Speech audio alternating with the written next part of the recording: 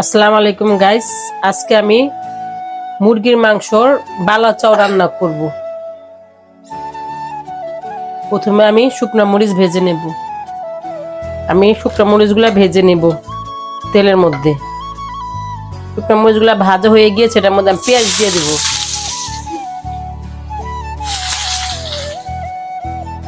পেঁয়াজগুলা আমি ভেজে নেব।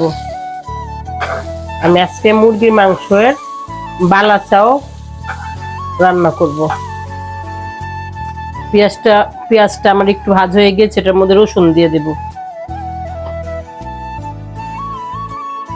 রসুন আর পেঁয়াজ লাল করে ভেজে নেব। রসুন পেঁয়াজটাকে আমি লাল করে ভেজে নেব। আমি শুকনো মরিচগুলো ভেজে নিয়েছি, এখন এইভাবে ফাঁকি করে নেব, গুঁড়ো করে নেব। এইভাবে গুঁড়ো করে নেব। আমার পেঁয়াজের দাগানিটা ভাজা হয়ে গিয়েছে, লাল লাল করে ভাজা হয়ে গিয়েছে।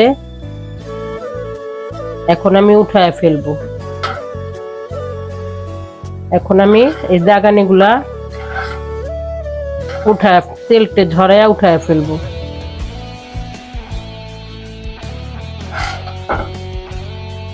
মুরগি মাংস নিয়েছি, এটার মধ্যে আদা রসুন দিয়ে দিব, পরিমাণ মতো লবণ দিয়ে দিব। আদা রসুন আর পরিমাণ মতো লবণ দিয়ে দেব। দিয়ে আমি মাংসটাকে মাখিয়ে রাখবো। আমি তেলের মধ্যে মাংস দিয়ে দিচ্ছি, এখন আমি লাল লাল করে ভেজে নেব। মাংসটাকে লাল লাল করে ভেজে নেব। আর মাংসগুলা ভাজা হয়ে গিয়েছে, আমি এখন একটা মিক্সির জারে এগুলা গুঁড়া করে নেব। আপনারা পাটায়ও গুঁড়া করতে পারেন, আপনাদের ইচ্ছা। আপনারা যেভাবে পারেন ওইভাবে এটা গুঁড়া করে নেবেন। বেশি গুঁড়া করবেন না, হালকা মানে একটু ভাঙ্গা ভাঙ্গার মতো করবেন। মধ্যে মাংসগুলা আধা ভাঙ্গা করে নেব, পুরা ভাঙবো না, আধা ভাঙ্গা হয়ে গিয়েছে। এই যে দেখেন গাইস, এই তেলের মধ্যে একটু মরিচের ফাঁকি দিয়ে দিব, একটু হলুদের ফাঁকি দিয়ে দিব। ভালো করে নেড়ে মাংস ভাজার যে তেল ছিল ওই তেলের মধ্যে আমি দিয়েছি। এটা এইভাবে ভালো করে নেড়ে আমি এই মাংসগুলা ছেড়ে দেব।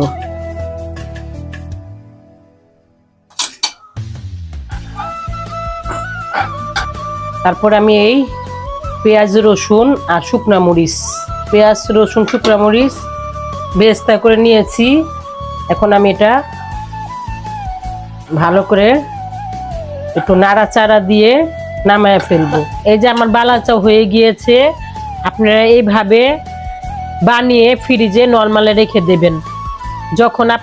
যখন আপনারা খাবেন তখন আপনারা এই যে ধনিয়া পাতা, কাঁচা মরিচ কুচি, ধনিয়া পাতা কুচি, পেঁয়াজ কুচি আপনারা দিয়ে এইভাবে চেটকিয়ে ভাবে মাখিয়ে এটার মধ্যে একটু সরিষার তেল দিয়ে দিব।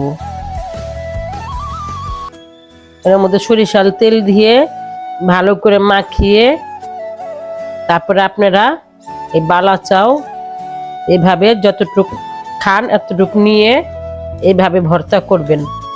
করে আপনারা গরম ভাতের সাথে খাবেন, দেখবেন গাইস খুব মজা হবে, খুব টেস্ট হবে। আপনারা এইভাবে এই বালা চাও আপনারা এইভাবে বালা চাও গরম ভাত দিয়ে খাবেন, দেখবেন খুব টেস্ট হবে। গাইস আপনারা এইভাবে বালা চাও বানিয়ে খাবেন গরম ভাত দিয়ে, দেখবেন খুব টেস্ট হবে। আমার আজকের এই রেসিপি যদি আপনাদের ভালো লেগে থাকে তাহলে আপনারা আমার পাশে থাকবেন। আসসালামু আলাইকুম, আল্লাহ হাফেজ।